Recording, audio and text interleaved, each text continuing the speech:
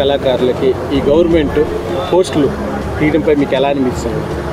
మాకు చాలా ఆనందంగా ఉంది సార్. ఎందుకంటే 2016లోనే మాకు శ్రీ గౌరవ ముఖ్యమంత్రులు నారా చంద్రబాబు నాయుడు గారు 250 పోస్టులు తీయడం జరిగింది. మరలా పోయిన గవర్నమెంట్లోనే ఒక్క పోస్టు తీయలేదు. మా వాయిద్య కళాకారుల గురించి కూడా ఎవరు పట్టించుకోలేదు పోయిన గవర్నమెంట్లోని. ఇప్పుడైతే మళ్ళీ గవర్నమెంట్ 18 నెలల్లో వచ్చిన వెంటనే మన గౌరవ ముఖ్యమంత్రి వర్యులు అలాగే మన గౌరవ లోకేష్ గారు కూడా దీని మీద స్పందించి వెంటనే మాకు 42 పోస్టులు తీయడం జరిగింది సార్. అయితే మాకు చాలా ఆనందంగా ఉంది. మాకు రాష్ట్ర వ్యాప్తంగా కూడా 50,000 మంది వాయిద్య కళాకారులు ఉన్నాం. అంటే గత గవర్నమెంట్ లో అసలు మీకు ఎటువంటి పోస్టులైనా తీసి మీకు వాయిద్య కళాకారులకి ఏర్పాటు చేసింది? ఆ వాయిద్య కళాకారులే పట్టించుకోలేదు సార్. పోయిన గవర్నమెంట్ అన్నది వాయిద్య కళాకారులు అన్నది వాళ్ళకి తెలుసో తెలియదో కానీ మా వాయిద్య కళాకారులు ఉన్నామని మేము వాళ్ళు వచ్చినప్పుడు పాదయాత్రలో కూడా మేము పాల్గొని వాయించిన రోజులు కూడా ఉన్నాయి. కానీ మమ్మల్ని అంటే ఎవరు పట్టించుకోవట్లేదు.